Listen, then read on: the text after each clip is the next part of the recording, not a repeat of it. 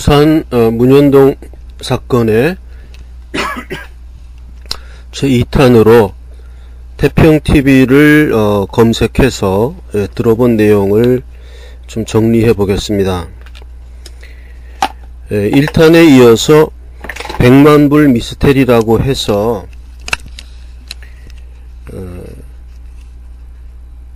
2018년 6월 3일 방송분입니다. 이 내용은 방송된 내용은 백준흠이 입구를 막아버렸다. 백준흠의 주장은 엉뚱하게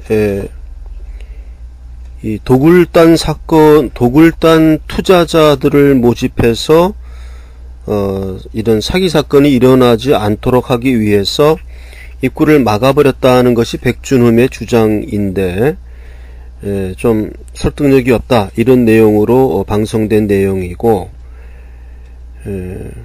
문재인에게 문현동 금독을 해결을 제안했으나 5분도 듣지 않았다, 이런 내용으로 2018년 6월 3일 방송분 100만불 미스테리라는 방송분이었는데 별 내용은 없었습니다. 그 다음에 6월 3일 태평TV에서 문재인과 노무현이 그 배우이다, 이렇게 김일성 씨가 이제 이렇게 나와서 이야기하는 내용인데 별 팩트에 대한 이야기는 별로 없고 별 내용은 없었습니다.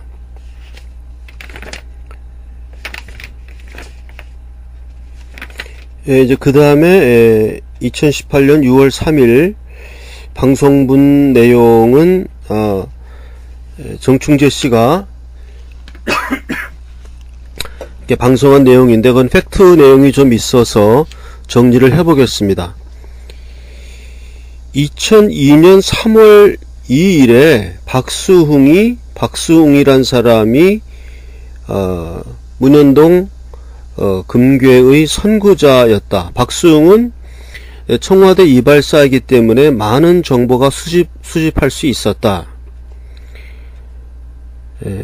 박수웅에게 최씨란 사람이 찾아와서 말하기를 부산항의 그 작전 지도를 보여주면서 문현동에 어뢰 공장이 있다, 이런 이야기를 최씨가 박수웅에게 했다는 것입니다.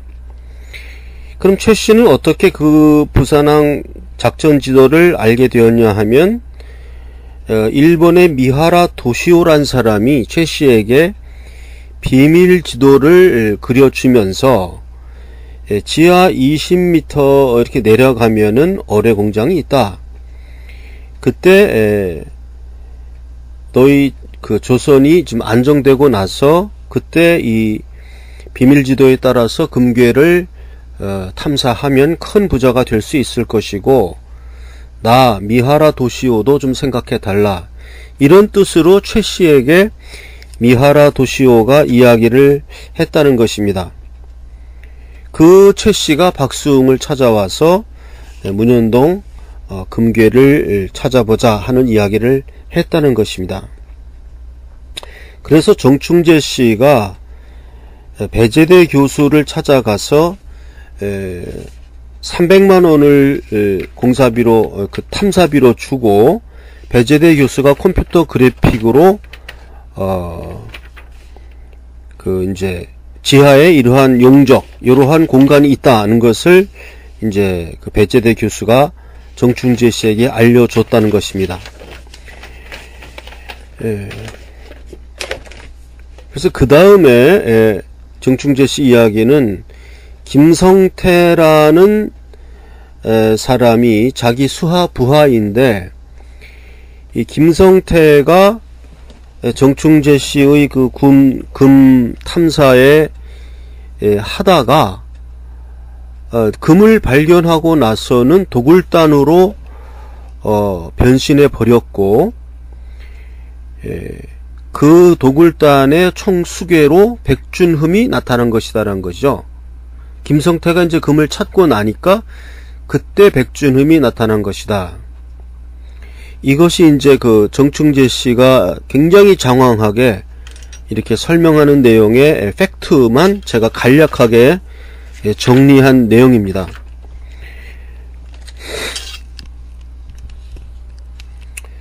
그래서 이것을 이 금도굴 사건이 어마어마한 320조에 달하는 320조라고 정충재 씨에게 알려준 것은 익명의 검사가 그 박근혜 정부에서 이 내사에 들어갔을 때에 이 검사가 이 문현동 매장된 금괴의 규모는 320조다 라는 사실을 정충재 씨에게 알려주었다는 것입니다. 그 다음에 이 아주 중요한 팩트인데요. 문현동에 금이 분명히 있었다는 것을 방증해주는 증거로서 2005년 8월에 금 500톤이 홍콩으로 왔다는 겁니다. 한국에서부터. 금 500톤이 홍콩으로 와서 그 금 500톤에 대한 대금이 외환은행으로 돈 세탁이 된 것이다. 이러한 내용을 먼저 번 방송에 의하면은 이인재 씨를 통해서 그 사실이 정충재 씨에게 알려졌고, 거기에는 정옥자 씨인가 이름이 까먹었는데 어떤 육사 교수 한 여자분 80대 그분이 외환은행에서 발행한 1조짜리 1조 원의 수표 20장 20조 그것을 정충재 씨에게 제공한 거죠. 지금 2005년 8월에 금괴 500톤이 홍콩으로 왔다는 이 사실이 이게 굉장한 사실이죠. 남한에서는 금이 500톤씩 생산된다거나 이런 일이 없고 오히려 200톤씩 수입을 해 가는 국가가 남한인데 어떻게 500톤이란 금괴가 홍콩으로 올 수 있었느냐.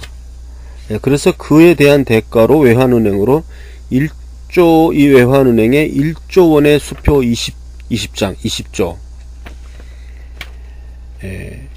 요러한 내용을 지금 했습니다. 좀 굉장히 많이 안타까운 내용은요. 지금 제가 이제 양비론을 펴다가 그러면 한번 차근히 들어보자 하고 이 정충재 씨의 방송을 지금 1탄부터 해가지고 지금 오늘은 별 내용 없는 방송, 김일성 교수가 이렇게 간접적으로 이야기하는 내용은 별 의미가 없습니다. 그건 팩트가 아니고 그냥 문재인이 때려 죽일 놈이다 이런 내용을 그냥 막 하는 거기 때문에 자꾸 그런 식으로 막 이렇게 나가면 절대 유리한 게 없어요. 그런 식으로 얘기하면은 같은 우파인 사람들도 등을 돌리게 됩니다. 그래서 그런 식으로 막 일방적 매도는 별 의미가 없고 팩트에 따라서 이렇게 방송을 해야 되는데 정충재 씨 하는 이야기는 너무나 산만해요. 그래서 듣는 것이 너무나 힘들고 2시간 30분을 그런 비논리적 회로에 따라서 이게 듣는다는 게 너무 힘들고, 어쨌든 그 방송을 제가 이제 쭉 들으면서 불필요한 부분을 전부 삭제하고 이 한 내용을 이렇게 이제 종합을 해 보면 지금 이 벼락부자가 된 사람들이 상당히 많아요. 이 문현동 금도굴에 관련된 김홍랑 그 땅 매입자 이런 사람들을 다 통틀어서 여기에 관련된 1%의 지분만 가진 사람들도 전부 벼락부자가 되었다. 그런데 조금 이 정충재 씨에게 이런 내용이 좀 전달되기를 바라는데, 첫째는 뭐냐 하면 정충재 씨가 그 사기 사건으로 44개월에 구속된 그 사건, 거기에 대한 어떤 객관적인 설명이 없고, 그냥 그 재판은 짜여진 각본으로 나를 때려잡은 것이다, 죽일 놈이다, 이렇게 이야기를 하기 때문에 듣는 사람들이 이제 무슨 이야기를 하는 건지 알 수가 없어요. 그렇게 이야기하면 안 됩니다. 그러니까 자기가 유죄로 판결된 죄명이 뭐고, 뭐 사기죄라면 무슨 사기죄고 어떻게 사기를 쳤다고 판단되었고, 이런 내용을 좀 간략하게 이야기를 해야 됩니다. 이 정충재 씨 이야기 들어보면 그냥 죽일 놈이고 재판은 짜여져 있었다, 상부로부터 내려온 것에 의해서 나는 유죄 판결을 받았다, 이렇게 이야기하기 때문에 정충재 씨를 편들어 주려고 하는 사람도 그런 이야기를 듣고는 당신이 정말 억울하게 되었다, 이렇게 판단할 수가 없는 것입니다. 그러니까 정충재 씨는 본인이 유죄 판결을 받은 사건의 전모를 기소부터 해가지고 판결까지 이야기를 됩니다. 그리고 이제 두 번째 의문사항은 뭐냐 하면, 정충재 씨의 둘째 동생, 넷째 동생, 정강재와 누군가요? 그 두 명이 도굴단에 포섭되어서 1%의 지분을 가지고 포섭되었다, 이런 이야기를 해서 금앞에서는 형제도 필요 없더라, 이런 이야기를 했는데, 그러면 이 두 번째 동생과 네 번째 동생은 그 1%의 지분을 가지고 벼락부자가 되었는지, 거기에 대한 지금 이야기가 없어요. 정충재 씨의 그 방송에 보면, 아직 제가 이제 더 봐야 되겠지만, 지금 한 방송을 1회분부터 해서 지금 한 5, 6회분까지 지금 봤습니다.